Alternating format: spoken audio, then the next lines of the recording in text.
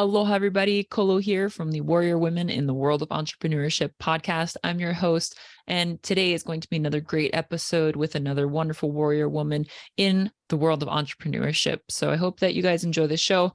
Please don't forget to check out Anchor Fitness. They have an incredible cable machine that you can bring anywhere. I use it all the time with my clients here at Tasco Fit Martial Arts and Fitness, and also with the Hawai'i hurling team to help build that strength for sport-specific motions. So you can use our code with them when you're going to check out, and that's going to be Tasco Fit 11. So definitely check that out. It's going to change the game for you, your clients, and if you have a small gym, to use that. So enjoy the show, guys, and I hope to hear from you soon.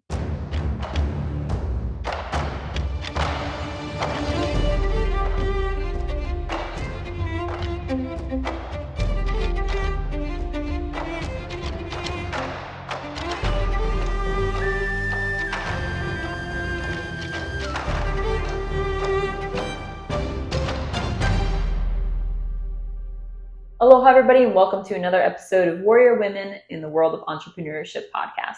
I'm joined today with Miss Annabel Murray, who created her own law firm, and she's going to talk to us about that today. It's called Big Decisions Hawai'i, or Big Decisions HI, as you'll see in her domain name. So thank you so much for coming on today. I really appreciate it, and this is one of the second ones I've done in person, so still working out a little bit of the kinks, but I really appreciate you being here. So no worries. I'm happy to be here. So tell me, why did you create your own business? How were you able to do it here in Hawaii? And yeah, let's just go for why. Okay. Well, first of all, it's kind of a second career. Okay. So I have been a licensed licensed attorney in Hawaii for 30 years. So this May will make 30 years.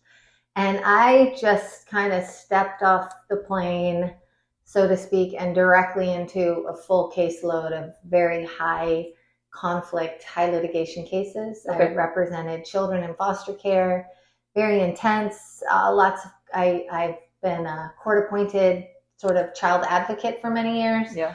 And I would say the last 5 or 6 ended up doing sort of litigation. So divorce, custody type litigation. And so this is not a new business for me. Sure. It's just a new way of doing it. Okay. I got very burnt out. So around, I was getting more and more burnt out from the litigation. And I think the 30 year was kind of a touch point. Like 30 years, am I really going to feel this way after 30 years? Yeah. I don't want to feel this way after 30 years. I don't want to feel so stressed out. I don't want to be losing sleep. So what I did before I really knew what I was going to do is I did sell my half of the business. Okay. I was one of the owners of the Children's Law Center, and we're around for 15 years. They're still going strong. Yeah. Amazing attorneys. But what I did decide is I'm not doing litigation anymore. Mm-hmm. So I love to help people, and I have 30 years of legal experience, family law experience, that I wanted to do something with. Sure. Right? So when you walk away from something that you've been learning and becoming an expert at for 30 years, you think, I could just leave now. But There's this part of me that just wants to share. Yeah, I just want to share the information.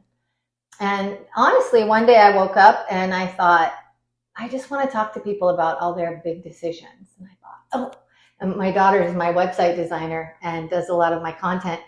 And so I called her and I said, can you buy the domain name Big Decisions? And because it really just came to me. Yeah. Like, these are huge decisions people are making to get married. Yeah. To have children. Yeah. When they're married or not married. Right. To move to Hawaii for a guy or a girl. Yeah. Guardianships, lots of that happening here. Yeah. But most getting divorced. And really what kind of coalesced when I thought of the idea of Big Decisions, the only Big Decisions HI was available. Yeah. Was how can I get people to want to understand the legal implications of these big decisions before they make them. And I wasn't sure what that would look like. Mm-hmm. And it's actually there's some real roadblocks to it, Sure. honestly. But that's still my goal, really to get people to really think about, okay, you know, what does it mean to me, to my kids, to my family, to make this big decision? My number one goal is really to keep people out of family court. But if you have to go to family court, I'm really advocating strongly that people go by themselves, represent themselves. And that seems shocking to people, a little risky, but I think if people really understood some of the process and the procedures, sure, they would understand that it's not necessary always to just lay out that $5,000 or $10,000, or that there's actually strategic points at which laying out that money for an attorney is way more effective and efficient. Yeah. So that's the other side of what I'm doing, because I'm really, I think a lot of people get over the hurt of breakups and divorces and custody fights from an emotional standpoint, but financially sometimes it can be very, very hard to recover because it's like credit cards, so expensive. Yeah. Yeah. So expensive. So when you created Big Decisions, first of all, how long ago did you create that itself? I actually left the Children's Law Center around February of 22. Oh, this year? Yeah. Oh, okay, that's awesome. Yeah. So this is really very new. Yeah, this is really new. Great. I'm very glad to have you on. I mean, you're not new to business. Like you said, you were in a partnership before with whatever law firm that it was half yours. I've been practicing for 30 years. Sure. So I've had I had a project at a nonprofit called Nakeki Law Center. I've always focused on child advocacy, but when I was representing all those children in foster care, I had my own little LLC. Yeah. So it's just over time until the Children's Law Center, which we actually kept growing and growing, which was nice. And that was something that you had helped to establish, or that was your? Yeah, no, an attorney, Stacy Fukuhara Barkley, who's a great child advocate, she and I just decided to start it together. Yeah. So we started, and then once I kind of moved into, she's a very well-respected child advocate, court-appointed work. Yeah. I moved into litigation and then created kind of a litigation team. Okay. And now that team's still there and doing really well. But you're not a part of that anymore. Yeah, I just, like I said, the fighting, the burnout. I was just burnout. Now what? It was classic burnout. Just from not enough hours to yourself, or like how did you get to that point of burnout, first of all, and when did you realize it was not a good point to be in? Honestly, I think what happened was I believe, just like anything, the more you do it, the more relaxed you get, the better you feel. Yep. At least in most things, that's true. It never got true in litigation for me. Yeah. It just never got true. Because I would be so passionate or so, frustrated. I'm a little bit of a justice warrior, as you. Nice. Yeah. And when I perceive sort of the system breaking down or something that's just not fair or just not right, I just would lose sleep. I would just feel sick, and it stays with you. Yeah. And I think, these are people's lives. Yeah. And I really do wish that I had, I'm not judging myself, but it's almost like the fortitude for litigation. But, you have to, for me, I had to learn, and other attorneys told me this is exactly what they do, but they don't mind it because it's a fight or flight thing. Yeah. Because your adrenaline when you're going to litigate, you're litigating for custody, for money, for, you're looking in cases where there's domestic violence, all sorts of things, and you just want to win, right? And I think there's a lot of attorneys that are excellent. They get right into fight mode. I get into flight mode. Yeah. I was going to relate it to the fight training. Yeah, right. I mean, you get into fight mode, and when you have it, when it's successful, it's the greatest thing in the world. Right. When you're not successful, it's really devastating. Yeah. And I just realized that I was, it's maybe like in your competitions and stuff, if you're not sleeping for 2 days beforehand because you're so anxious, right? And then you're thinking, well, it's just going to get easier, but I would just get more and more anxious. Right, like as it gets closer and closer. As it gets closer, I would just realize that, well, the night before, I'm just not going to sleep. Right. So just be ready for getting into court and just working on adrenaline, because you know what, you can sleep after court. Yep. But I just decided after, like I said, that 30 years of that. Right. And then I'm dealing with some, there's a couple of attorneys or a few attorneys. They all know who they are. Exactly. And I would just think, I would literally think I'm too old for this. Like, I don't, after 30 years of working on behalf of kids and doing my best, am I really going to go get yelled at by some guy who's just a jerk? Like, so I really did get to that point where I just gotta say, like, I'm too old for this stuff. Yeah. Well, it's just too much. We adapt, right? And that's what, so I teach Jeet Kune Do, which is Bruce Lee's art and concept. And it's all about that. Like, you have to meet yourself where you're at. And it's not saying that you're old or whatever, but you're tired of what you were doing because it was too long in that arena, right? And that's okay, right? Life is about steps and progressions. So you've progressed yourself to a different point, and now it's time for something different. And you have put in the time for that. Not that it needs to be justified. Like, you can try it a little bit in turn, but in Jeet Kune Do, it's all about that adaptation. And again, meeting yourself where you're at, because, okay, oh, my leg hurts. What, are you not going to defend yourself if somebody attacks you? No, you have to use the tools that are at your advantage. Use the glass, use anything. So, I guess that's where that came up to you, to leave there. And then suddenly, so I guess where was that transition for you of leaving or selling your half of that business to creating your own? Did you have a plan to not create anything, and you were just gonna maybe try like retirement, chill a little bit more? I don't think I was going to retire. I knew I was going to do something. My husband is a very hardworking attorney. He was very supportive, as were the folks at the Children's Law Center. They could see how burnout I was getting. I actually first took a sabbatical.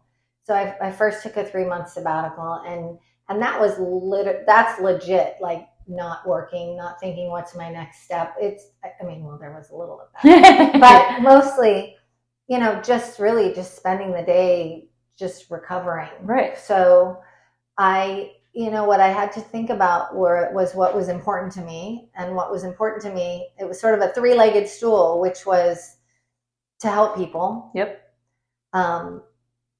And to stay out of family court, and to continue to be a financial partner in my partnership. So I wasn't ready to just be like, hey, you're taking care of me 100%. I generated, we have 5 kids between us. And, and, I didn't feel like it was fair, or and it wasn't necessary, for me to say, I'm not going to work at all. But I really wasn't sure exactly what I was going to do. I just had to build on those 3 things. Sure. Because any one thing, I could definitely make money if I went to family court. Sure. I could definitely help a lot of people. But even when you're doing that, you have to figure out ways to do that where you're still making money. Yeah. Right? So those 3 things kind of keep me balanced. And that's what I've just focused on is, so I'm thinking, it's all been an evolution. Yeah. Right. So I still do some direct representation of folks, which helps me pay the bills. Yep. I'm co-counseling with a couple of attorneys, which I enjoy, and they go to court. Yeah. And then when I started working with people who were needed to represent themselves, then I realized, well, that's a really fun opportunity, so I'm kind of falling into it. It's kind of evolving. Yeah. It's kind of almost choosing you a little bit. It's like you're working towards something, and it's, like you said, that evolution. Yeah. I mean, even here, I was starting out with, not to swing it towards me, but just in relation to what we're saying is, I didn't expect to give classes. Like, first of all, that's a lot of work. I know, because I was a manager at Anderson's Martial Arts Academy back home, like in New York City. So did that for many years, and I learned so much. Always so grateful for them. And here I was just like, you know what, it's going to be more lucrative to do private training. It's going to be more just easier to be able to schedule people and just kind of, I guess, more bang for your buck and your time. Yeah. And again, it's just like I'll still be able to share, and it's still one-on-one, so they're still getting that value. But, you know, not everybody has that sort of money. Right. And I did end up dropping it down, like in pricing here, which also was like a learning curve, because I'm like, oh, I don't want to devalue myself, but you also have to still kind of see hard. where you're at. Yeah.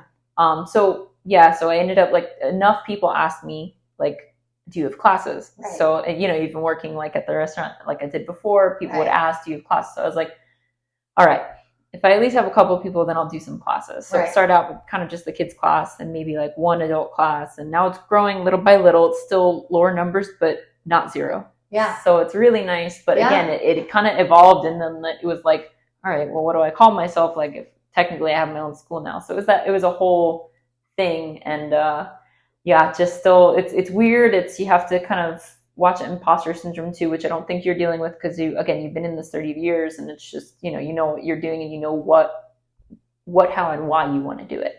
So it's just more about creating that space for people and yourself, right? With Big Decisions. Yeah. I mean, I'm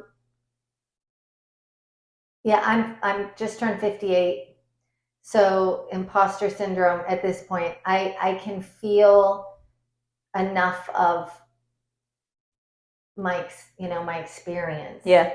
And I definitely still had that a little bit in litigation, you know, because we all have kind of a vision of what a litigator is. Yeah.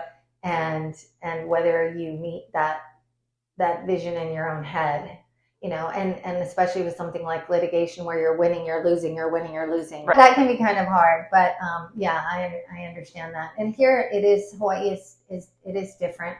I think my focus on what's called pro se. A pro se person is someone who's representing themselves. Okay. And I had not really thought about that much. Yeah. But when I looked really at, you know, some people are going to have to go to court, even one hearing, to get something settled. Right. To get something finalized. Mm-hmm. And the problem I saw was all these folks that just they're so afraid. Yeah. Like the idea of walking into court is so scary. But it's really, there's so many great reasons to go on your own. And I had never really thought about, you know, that's going to be my focus. Yeah. And then I really never understood all these courses and everything people do. Sure. So, you know, I am working really hard with my daughter, actually. Yep.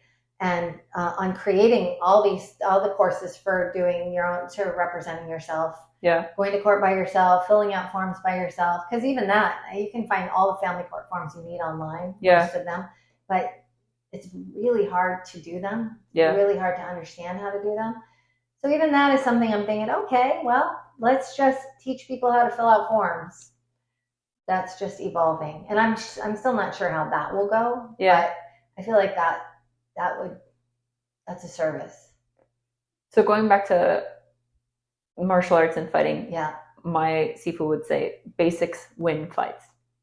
So teaching people how to use the basics of even just reading the documents is imperative. Right. Because that's that first step. And that's why people don't start, because they can't take that first step. They don't understand. They don't understand how to read it. And like I'm one, like even just a regular tax doc, like something I'm just like I have to double check. And like, even if I think it's right and I'm trying to do it, like I still I'll double check. And I'll ask somebody and they're like, no, it's this, this, and this. And I'm like, well, I just tried. Yeah. I mean, so things are unnecessarily complicated in all areas of life. And if they weren't, then we would need to hire people to do them for us. Right. Right. But I think in terms of family law, there's always going to be this sort of, just like in anything, there's this sort of gap group. Yeah. Right. So you have folks, you know, rightfully so, who have access to some of the nonprofits, the legal aids, different way. But even then, I think there's still more that folks need to understand about what they're doing. Mm-hmm. You know, honestly, and I don't know if you would agree with this, but there's a lot of superstition around understanding what you're getting yourself into in terms of romance and children. Mm-hmm. because nobody really wants to hear about the legal implications of getting married. Right.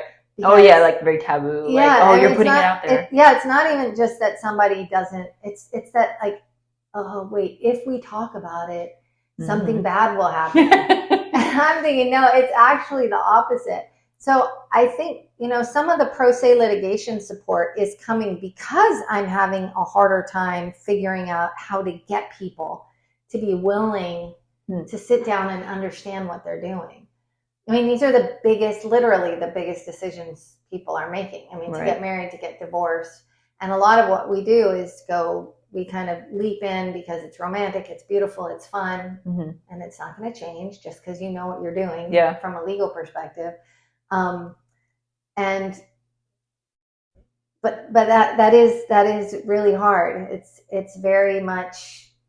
Has that been your major challenge of like with this business with Big Decisions Hawaii is getting people to come in to be able to pay attention to that?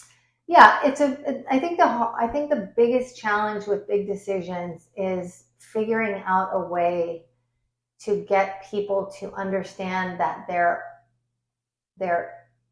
are legal implications to these big decisions that we make, and they will make your life easier to know them. It's not that they're going to. It's not where you have to sit across from the person you're going to get married to and say, okay, let's figure out what it looks like when we break up. That's not what I'm saying. No. Or, okay, we're going to have a baby together and we're not married and we've known each other for 6 months and let's talk about what that's going to look like. Sure. People don't talk about it. Right. They don't talk about it. So yeah, that is the challenge, is getting people to, and everyone told me, nobody will talk about getting divorced when they're getting married. And I'm like, that's not what I'm saying. Right. That's not what I'm saying. But just even the basics, the money that you have on your date of marriage, if you have some record of that, and that's your money, no matter what happens, little things. But yeah, that's really been the hardest. Okay. So I've kind of shifted it a little. I don't know if you ever see my Instagram. Yeah, recently. Yeah. But the newest way I'm looking at it, again, because I'm just trying to like, how do I get information out there? And that's why I'm looking at this whole idea of asking for a friend. Yeah. Oh yeah. Yeah. I like that. Because 2 reasons. One, asking for a friend doesn't get me too bogged down in giving legal advice to one person without actually having a formal relationship. I love that. Right? I'm asking for a friend. Yeah. And it's true though. At the same time, we are asking for friends. Sometimes it's like, I don't know what to tell my friend. I'm thinking, okay, well, wow, she moved here from, this is a Hawaii thing. Yeah. She moved here from Michigan. She's living on the North Shore. She met a cute boy. They got pregnant. Like, can she stay here? Is she going to stay here? Can she move back to Michigan? Like, nobody knows the answer until everything goes completely off the rails. And then, and that's really bad for kids. Right. It's just really, really bad for kids. So that's why I'm just sort of thinking, maybe I can get all the friends to have a basic understanding. Yeah. So that when our friends are saying, oh my gosh, I need advice, you're not saying, you can say like, well, I read this thing where I understand this is how it works. Yeah.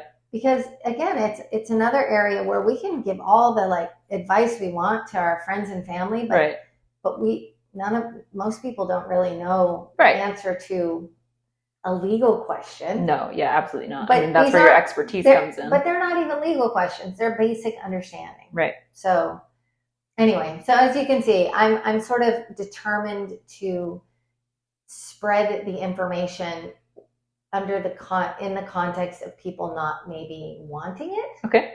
Yeah. Does that make sense? Yeah. The things that people don't want to hear in a not a disguised way, but in a way that's a little bit more supportable. I don't know, soportable in Spanish. So a little bit more supportive. Yeah, to like take in, right? Like it's a little bit more not agreeable, but they can stomach it, to put it straightforward. So I like that a lot. Yeah. So when have you like always been this Instagram savvy? Like I had to really learn like how to, I don't know, the hashtags and all this stuff. I've had a few conversations throughout the whole podcast with different women entrepreneurs, and some have like, they got their stuff down. but it took time, and it takes forever to edit on Instagram. However, I found now, and especially that TikTok is so big, like if you edit on TikTok, and I've talked about this in other podcast interviews too. So if you look at some of the recent episodes, we talk about it as well. If you edit on TikTok, you can then share that to the same pages. That way, if you have certain people on TikTok, or even the same, whatever, who cares, then you could still reach people here. And it's interesting also to see, I guess, like, it's interesting to see the numbers on, like, okay, how many are like watching this or liking it. And I mean, you definitely have to be careful of not like getting too much into the likes, because it can be discouraging. So you just have to keep doing it, right? It does become a numbers game, and that numbers game means just keep putting out content, and of course making sure that it is valued content, and that it's not just like something that has nothing to do with like what you're doing, but even small things, like it could just be a clip of something. So how have you been able to manage that? Are you just on Instagram? And when did you start using that more so for your platform? I mean, Instagram is for your business. 100% new to me. I think I'm learning it. Yep. I really am not even sure why I do it in terms of what it does for me from a business perspective. Yeah. I think what I'm really trying to do is just put the ideas out there. Yep. So they're just very brief ideas. I'm a real stickler ethically because I'm licensed. Yeah. And so I've been working on learning, sort of making sure that I, not what can I say, because it's pretty basic what I can say, but there's actually more I could say on Instagram. Sure. So and I was just watching someone sent me an attorney that just blabs everything. She just says everything. I mean, like, you can do this, you can do that. This is how this works. This is how that works. And I'm thinking, okay, I'm licensed in Hawaii, not the other rest of the states. So I'm always trying to figure out, like, am I saying the right thing? Can I say it this way? Is this too simplistic? So I have to turn my brain down a little bit when it comes to that. And really, I'm just learning. Yeah. The first, I would say, 6 months just was about getting comfortable. Yep. With putting my face on Instagram. Which can be uncomfortable, like if you're not used to it and just like you don't necessarily know what to say, especially about something that you're trying to build, or you just don't know the algorithms or anything. So you're like, is this even going to make sense? I don't know if you've experienced that same thing, but it's getting comfortable with the uncomfortable. Yeah, I think for me, it's about, honestly, it helps me with structure. Cool. Because as, one of the things I've been talking to different people about is this sort of emptying of my brain, for lack of a better way to put it. Empty your cup. I mean, 30 years of scheduled, intense, hearings, very formal, lots of deadlines, lots of intensity in the middle of all this fighting. I mean, on my child welfare cases, very, very heavy, just, the worst stuff you can imagine, and the litigation, the fighting. So what's really had to happen is feeling what it feels like not to have the kind of structure, not to have these deadlines looming, and I don't want to necessarily generate like fake, I don't want to put myself in a situation where I'm manifesting more structure, more deadlines. Right. But I do think that I'm kind of going to this place where it's like a clean slate. Nice.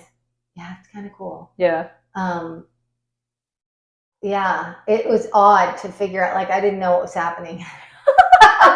Yeah, well, it's better because at least you're moving though, right? Like sometimes people can get just stuck. And again, I've talked about this a lot on like previous episodes as well. This stuck feeling of kind of not knowing which direction to go. Right. But again, even like with the Instagram thing, like you just kept trying to learn, like, and doing it, and, trial and error, or, just trial and learning. Yeah. And then again, like you're saying, it's like, it's leading you into a place of not even like a downward and a negative. It's leading you into a nice, like you said, blank slate. So that's pretty cool, because then you can, like a blank canvas, you can kind of paint that's what things. It feels like. And I do think it, it gives me structure when you're working in your house alone with the dogs, right? Yep. I mean, I do miss the camaraderie of my office, popping in each other's office, talking, I mean, talking.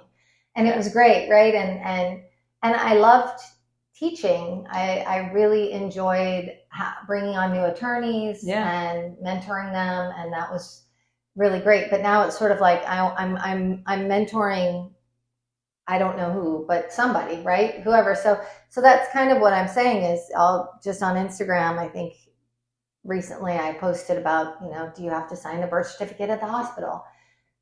And maybe that will come up for somebody. I don't know. I don't know if the hashtags work. Yeah. I mean, I've definitely had a post where I said, boy, these family court forms are really impossible. And somebody called me and asked me, and I did a consult and we filled out all the forms together. That's awesome. So I just am not sure, I'm really doing it more for me. Yeah. I'm getting more comfortable. And if I think about an issue and I put it on Instagram, I know that what's going to be most effective is if I write about it. So you can go to my website and you can read about it. Okay, cool. Right. So that tells me like, okay, this is an issue I'm going to focus on this week. That's awesome. So that's what I'm trying to do. So weekly focus on like different themes and topics, but beginnings. So, right. That's okay. Right now I'm focusing on paternity, which is the idea when you go to the hospital and there's a thing called voluntary establishment of paternity. Okay. Most people don't really know what that is. Yeah. But it's hugely important because you're going to go to the hospital and they're going to put a form in front of you and you're going to decide if you and the dad or the mom, if you are the dad, you're going to decide if you're going to sign it. Yeah. If you're the mom, maybe you're in a really difficult, high conflict relationship. Do you want necessarily their name on the birth certificate right away, or do you want that to go through a formal process? Yeah. That's a lot of it. It's really important. Yeah. That people don't find out. I mean, really what I'm trying to do is just say, let's not, this is going to sound judgy. This is going to sound like grandma. Let's not remain sort of willfully ignorant of the implications of the decisions we're making, so that you don't have to, it doesn't hit you upside the head later. Can you say that again though? Sure. No, I want to hear it again. Okay, I said let's not remain willfully ignorant of the implications of the big decisions that we're making. Yeah. So basically, to me, it's one of the only areas in our lives where people make these huge decisions without knowing the implications of that. I mean, if you go and buy a car or you lease a car, you understand the legal implication. Do I? You get a credit. Or did I kind of have to learn on the fly? Because that's what really happened. But that's exactly why you exist, right? Like or not why you exist, but what your mission is now is to help people understand that before they even necessarily get into that. Yeah, I mean, I'm not trying to talk anybody out of anything. No, you're trying to help them make sure they don't, get fucked up like in the process. Sorry, but you can curse on this podcast. That's okay. Good.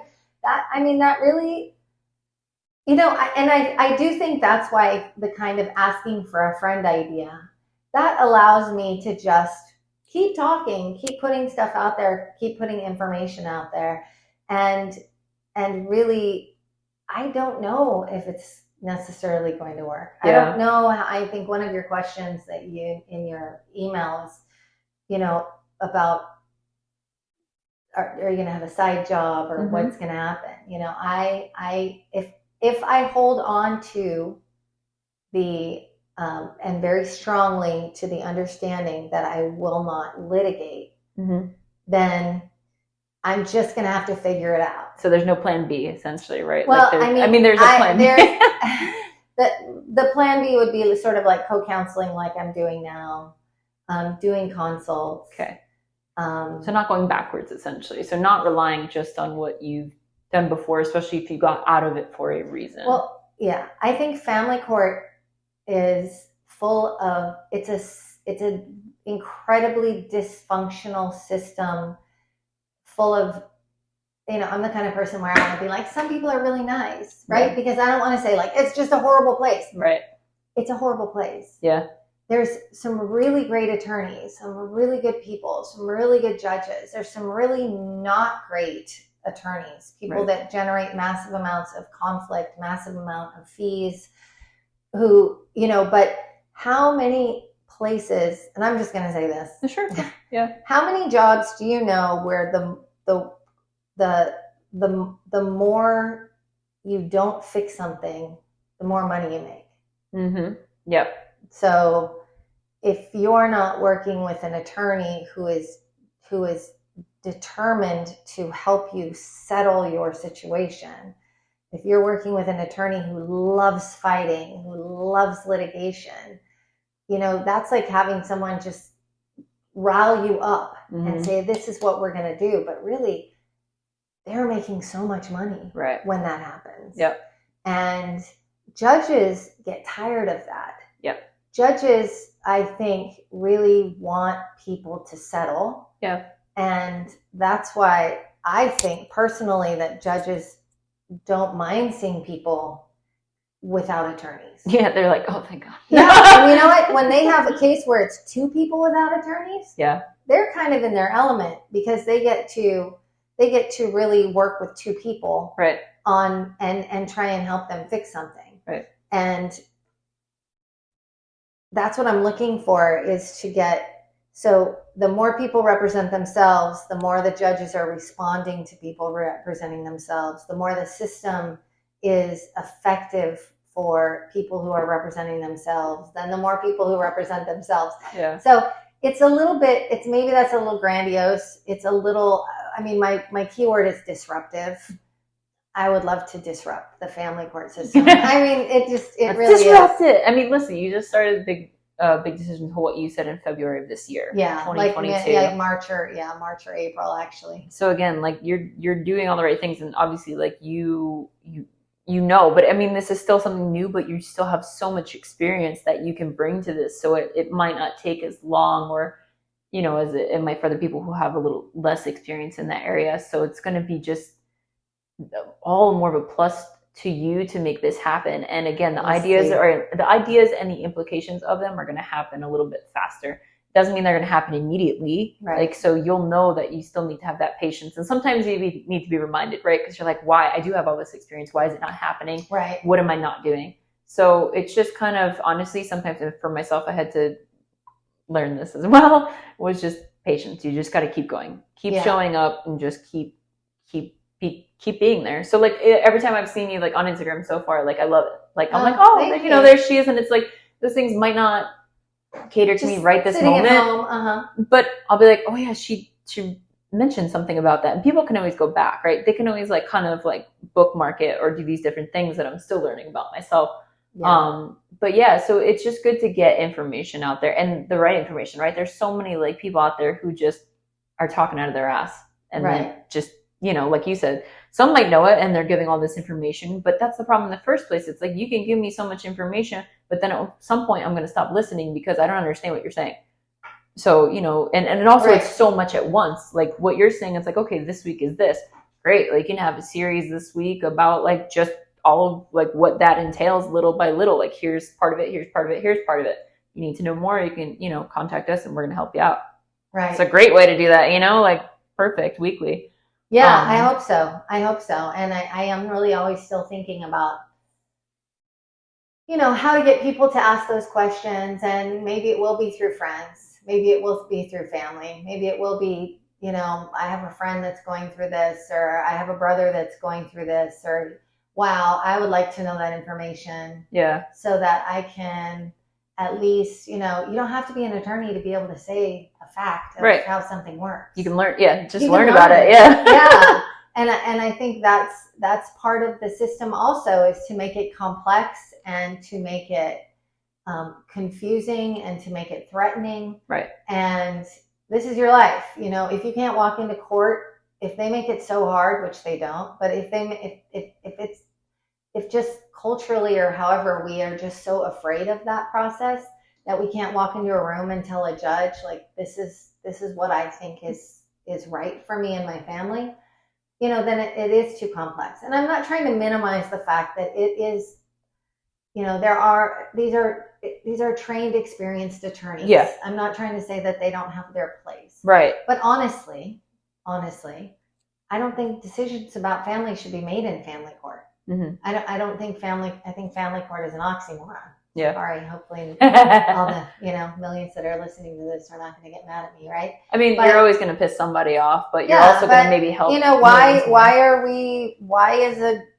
is a judge, and judges don't want to make decisions about your families. Yeah. Judges, they're there to just help. I mean, they will make the decision, but I mean, part of the other reason behind family court is judges are saying, if you can't do it, I'll do it. Right. It's the referee. I'll make the call if you want me to, but I'd really rather not right. not play the game. It's not a game with but at that point it's just like you guys are bickering like it is. So, and it's like there are lives at stake. I've had things in my family, in my past, where situations have potentially come up like that. And we potentially could have gone there. Maybe we did. I just don't remember. But again, it was that type, right? We don't know what's going on. It's just, this is what's happening. Right. So, and it's scary. It is incredibly intimidating. Mm. And the crazy thing is, to me, sometimes the women that are in power and control relationships, ironically, I think this could work almost best for them, mm-hmm. because it's a way of empowering yourself. But at the same time, of course, if you've been in a power and control relationship for a long time, or something violent, something scary, the idea of going and standing in there on your own and saying, it's totally understandable that it's intimidating. But even just to have access to more information. Yeah.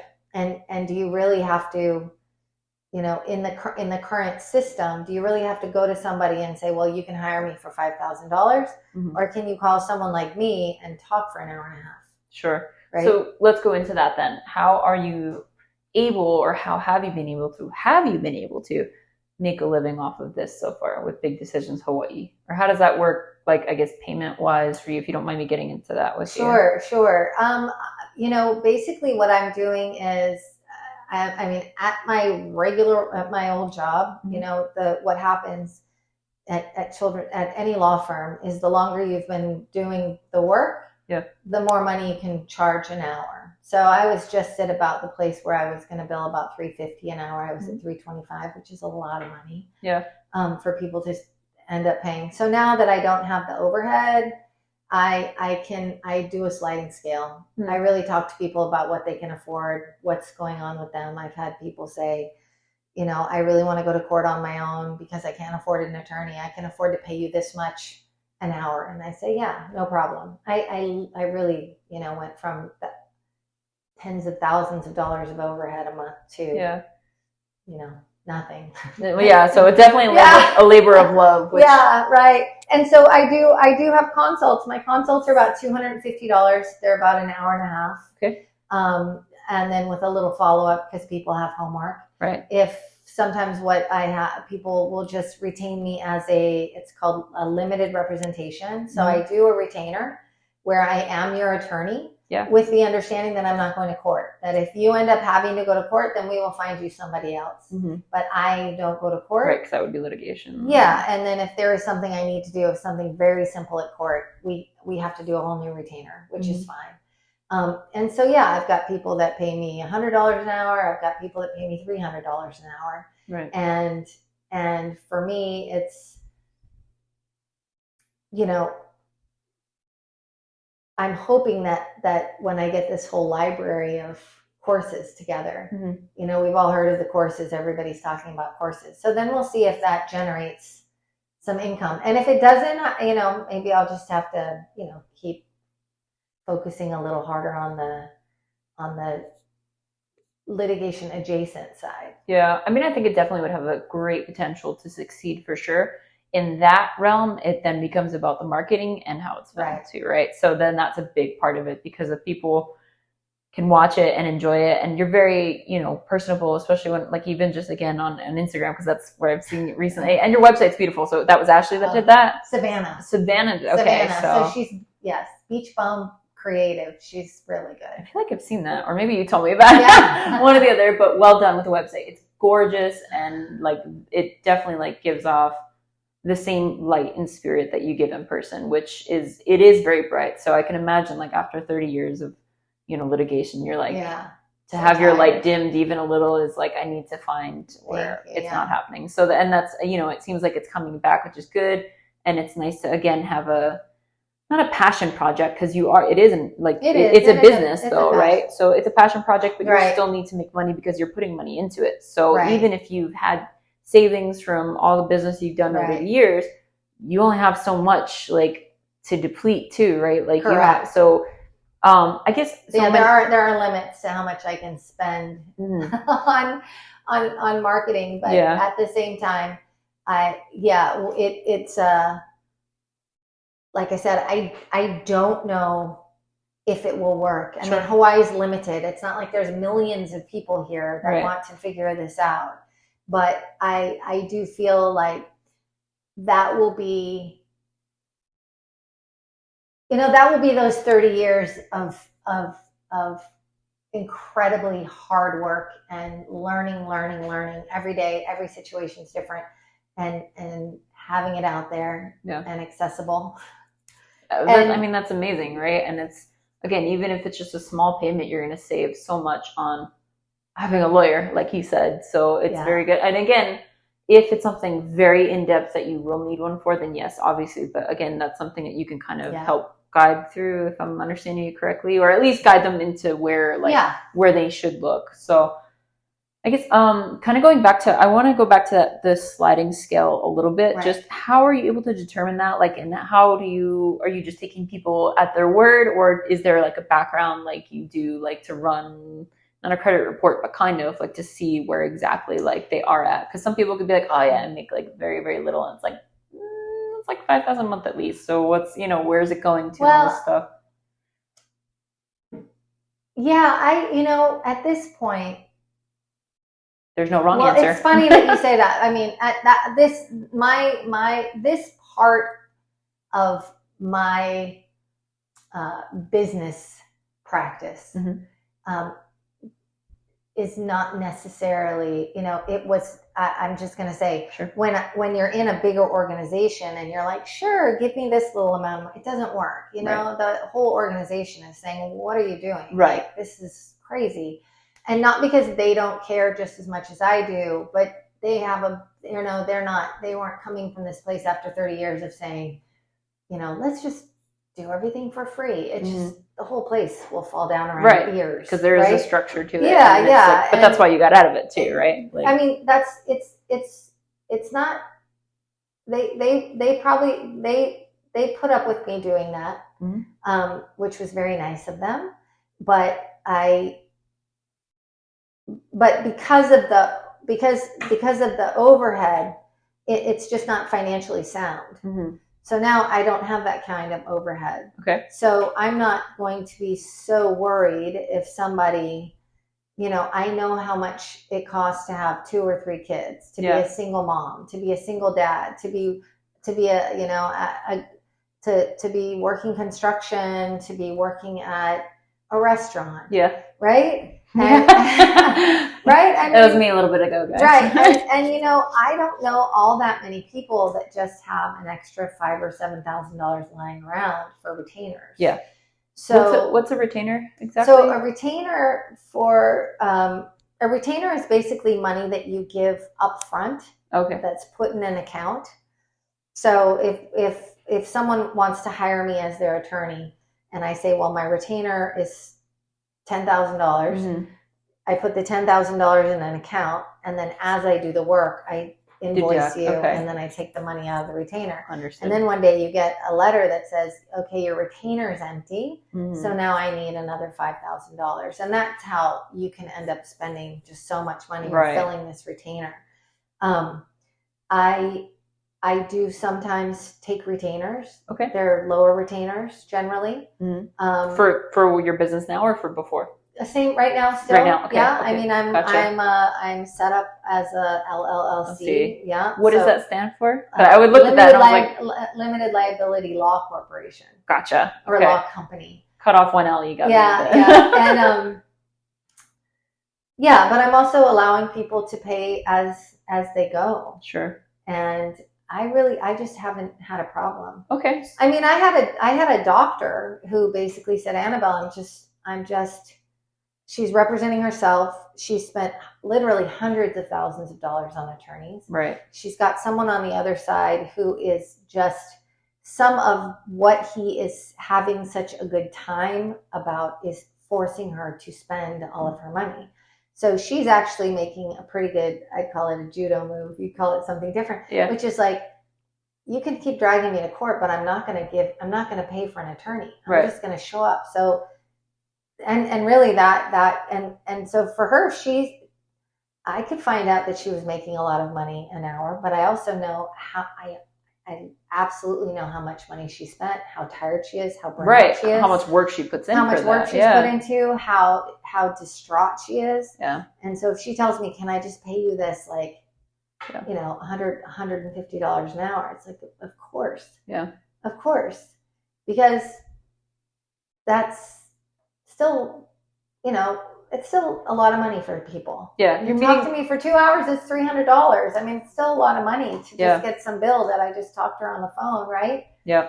So it's, to me, it still gets that leg, right? It's like helping people, making a little money, staying out of family court. Sure. So I'm not doing credit checks. Gotcha. No worries. So, and that's totally fine. That's good to know too. And it's just like, so when you created the Big Decisions Hawaii, did you have a certain amount like dedicated to building this business, like budgeting wise? Like, did you have it from selling like your other business, or you just kind of had it? You're like, I'm going to put this much to this business, and let's see where it goes. Because obviously, it costs to make your website. It costs to have the LLC, like everything. Right. It costs to have the LLC. I still have a business coach that I've had for many years.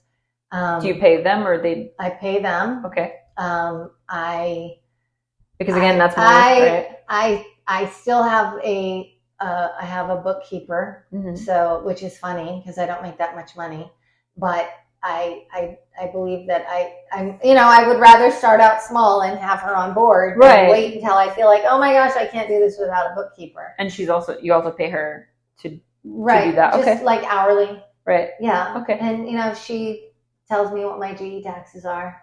Gotcha. She pays them. It's just, I think after 30 years of all this practice and having a law firm for 15 years, you just see where delegating to certain professionals just makes life a lot easier. Right.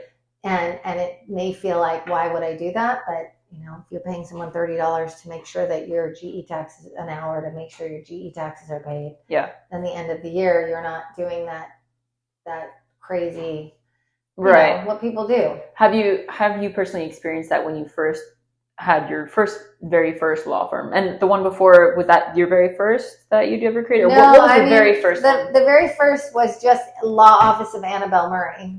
Right? How old were you, if you don't mind me asking? 28. 28. Okay. 30 years. Yeah. Here in Hawaii. Here in Hawaii. Yep. My mom is from here. All of my relatives on my mom's side are here. So I came back after high school. Came back 3 times. Worked at Legal Aid right when I got here as for my last semester of law school. Mm-hmm. I immediately, what I did was I found somebody, and this is 30 years ago where nothing was as expensive as it is now.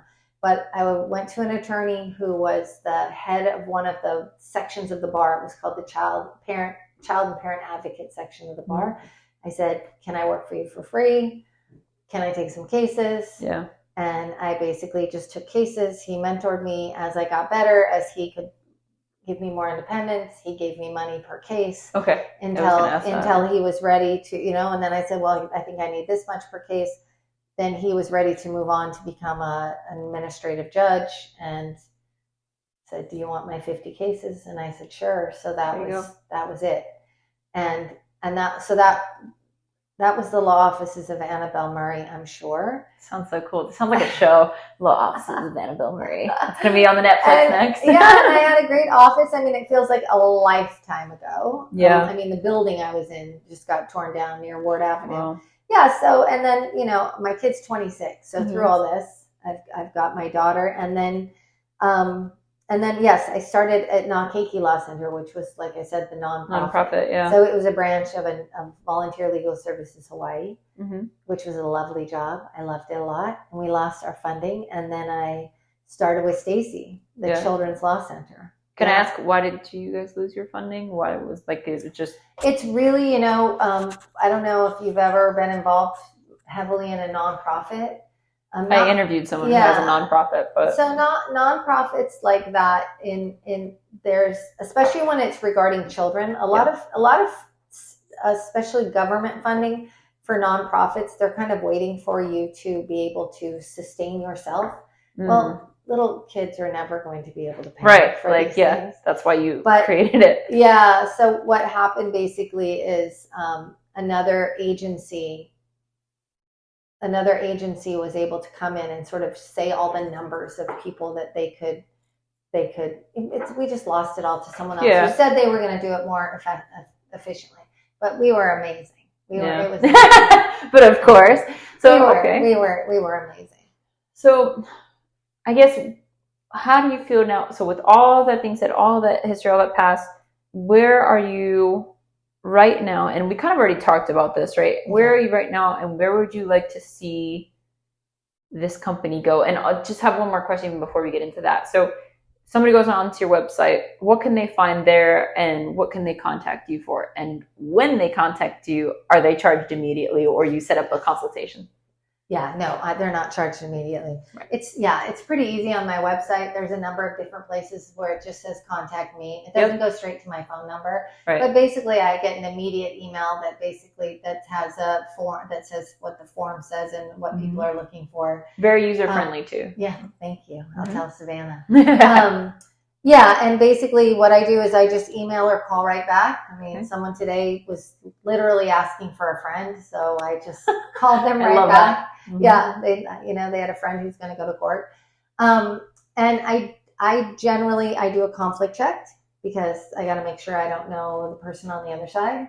What is that? So what's a conflict check? That's just so making as sure. an attorney, I cannot give one person legal advice and then turn around and give legal advice to the person that's adverse to them. Okay, gotcha. Yeah, so I have to be really careful. That's why the website, like I said, I try to be careful, and the Instagram. Yeah, I try to be careful, and it's, I just want to make sure that I don't get myself in trouble. You're going by the book, I'm way hyper vigilant. Yeah, I've been watching this lady on Instagram. She's telling everybody everything. So yeah, but it'll catch. I mean, I don't know. It might not catch up, but you know. So yeah, basically, I just have a conversation. I hopefully call pretty quickly. Yeah, within 1 or 2 days, unless it's like Christmas Day, and I assess whether whether a consult would be a good idea. Sure. I tell people it's generally $250 an hour. That is basically my consultation rate right now. Sure. And yeah, we set something up. So then why would I call Big Decisions Hawaii? Like, what would be my options? Like, why would it be a good idea for me to call you? Besides that, you're awesome, obviously. Thanks. You're thinking about getting divorced. You're having you're unmarried, but you have kids with your partner, and you're starting to break up, and he or she is saying you can't have time with the kids, or I want time with the kid. Just like, what are my legal rights? How do we work this out? What should I do? I should mention that if people are still getting along, they can call me to do mediation. Great. They can call me to do uncontested divorces, right? And I will help people to try and settle their matters. All the questions that you maybe wish you knew the answers to before it all happened. Right. So that's what I was going to get into too, is preventative measures, right? Like, hey, we're going, like you said earlier, and again, we're just kind of reiterating what we've gone over. Yeah. Like, I know it sounds like repeat questions, but I just want to make sure that we kind of, bring it home. Right. So again, like, just making sure that you understand what you're getting into, and that's a good thing, because you can prevent that, like the divorce in the future. You can, like, hopefully, because you understand what's at stake, and also, like, maybe marriage isn't for you if you guys aren't ready for that step, or maybe it is for you at that time because you are prepared. And here's a really good way to make sure that everything is lined up so that everybody's safe, secure, And hopefully you maybe even never have to go through that, but you're prepared regardless. Is that correct? Well, yeah. And I'm yes, as I said, I was definitely warned, and I'm definitely finding that people don't want to know. I mean, if you want to get married, you don't want to know. If you're about to have a kid with somebody, you don't always want to know. I mostly get calls when it's someone saying, I get a lot of calls because we're Hawaii, lots of military families, lots of people that have moved here that really are like, it's too expensive. My girlfriend or partner and I have broken up, and they want to move back to the mainland with the kids, and I want them to stay here. Or I really want to move back to my home state with the kids. Can I just go? That's always a good question. Yep. I just got served with divorce papers. I don't know what to do next. Yeah. I've had a number of cases recently where it's my partner has taken the kids to the mainland. What do I do? They're saying they're not going to come back. Yeah. I think that's just a real Hawaii one. Yeah. I was going to say I have a friend that has true, gone right? through something similar, I think, or maybe not similar, but has dealt with that in her lifetime being here too. Yeah. And I would love if people called beforehand. I would love if people said, "Oh, that would be your ideal." I mean, it would be my ideal. It would be my ideal. Oh, we're pregnant. We're going to have a baby. Let's figure out the crib. Let's figure out this. Let's figure out the school. Let's talk about the legal implication. Let's talk about the parenting plan. Let's talk about, what does it mean? I mean, if you have a baby and one person thinks that you guys should have the baby and you're not together, and one person thinks you should have the baby every other night, and the other, and you, or, I mean, can you imagine you get into these huge fights about it, and for what, right? Like, I mean, for good reason, but at the same time, it's just like it could have been prevented. Well, potentially, and the implications on the development of your child. I mean, there's these things called developmentally appropriate parenting plans, and that is just understanding what. If you and your partner are broken up and you have an infant, let's talk about developmentally appropriate parenting plans. Yeah. Let's talk about something different than just saying what's fair. Yeah. 2 days at my house, 2 days at your house with a newborn. I mean, come on, guys, you got to talk about this stuff and figure it out. There's just a lot to talk about. And nobody wants to, because it's either too real or it's just, I mean, there's like two different ways I want to talk about it. It's like looking at your bank account or looking at your budget. Like you kind of look once and then you're like, all right, I'm not going to look again for a while. But really you should keep doing the upkeep to make sure that you know what's going on there. But it's scary. It's scary to look at it. It's totally scary. And that's why we don't. And that's why, and it feels like the same thing with this. It's just I just don't want to look. Let's just keep moving forward. And sometimes I'm like that too, because if I look too much, then I'm stuck in that negative. Yeah. But there's, I think, a happy medium. And I don't know what you think of this. You tell me what you think of this. Sure. If you say to your partner, I really want to have a conversation about what it would look like if we broke up, and they hit the roof, right? Like, why are we talking about this? Yeah, why are we talking about this? It just causes more trouble. So there's a whole entire, this is not an easy thing, I think, that I'm asking or telling people is good for them, because honestly it can lead to breaking up. So if the implications of saying, can we have this conversation, is the person says, oh my God, you're going to leave me and I just lost all my trust in you. Number one, I would say that's not a very secure person. Are you really ready to get married to them or whatever? But number two, but at the same time, people are not going to, they think and it is. We've created a culture where talking about what could happen if things go wrong is like a minefield. Yeah. I was actually going to say, in the military, I mean, I'm not in the military, but I know folks who have been, but also just in something that I do know about martial arts and fitness, you push, the idea is to push yourself and to take yourself again from that uncomfortable, to make it at least bearable. It doesn't have to be comfortable, but can be bearable, and you can navigate it a lot better when you train hard in class. Doesn't mean you have to know everything. You just start, and you start to learn. You start to go step by step. And then when you can understand it more, you just push hard in each class, so that when it comes to time, like let's say you are preparing for a certain event, whether that be a belt test, whether that be you're actually getting into the ring, which, I have once before for like a fundraiser. Now I'm actually getting into the ring in January. So wow. very soon. So January gosh. 14th. And that's going to be a kickboxing match. And oh, wow. I'm nervous, but I know it's something that I have to do and that I've wanted to do. And it's kind of like I'm going into it without having to necessarily do the thing that scared me the most. So I'm like, right. All right, so let's see. It's a good opportunity. But the point is, it's like, why? What scares you the most? The weight cut. Even though I'm a personal trainer, but that is something that I've struggled with. That's a fair question. I'm getting red.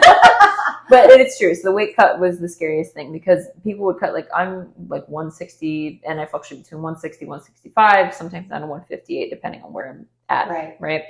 So I've kind of been, again, just more consistently at 160. So having to cut down, they probably would make you to either go down to like 148 or something like that. Wow. That sounds hard. And that's, people do that for a living, and that's like hard, like, although hard on your body. Yeah, it is. And like, but when I am set on a goal, I usually am a little bit better, but I kind of start out strong and then sometimes taper off. But when I did that one boxing match, it was fundraiser. Like, I didn't have to cut weight for that, but I did train hard.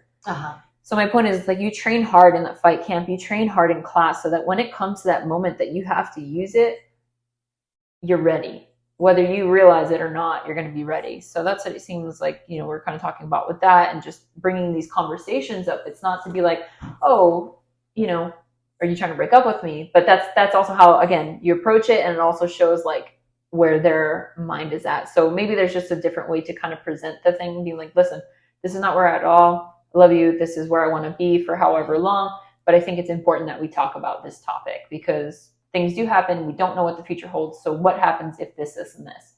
And then if the person's like, I don't want to talk about it, maybe there's a better time. So not keep pushing the issue, but and if they don't want to talk about it, then I think that can be a problem, and maybe you're not at the same stage. So and it brings the inevitable closer. It's sometimes good to, like I said, I think there's very few big decisions that we make in our lives where more information would be harmful. Yeah. Right? Yeah.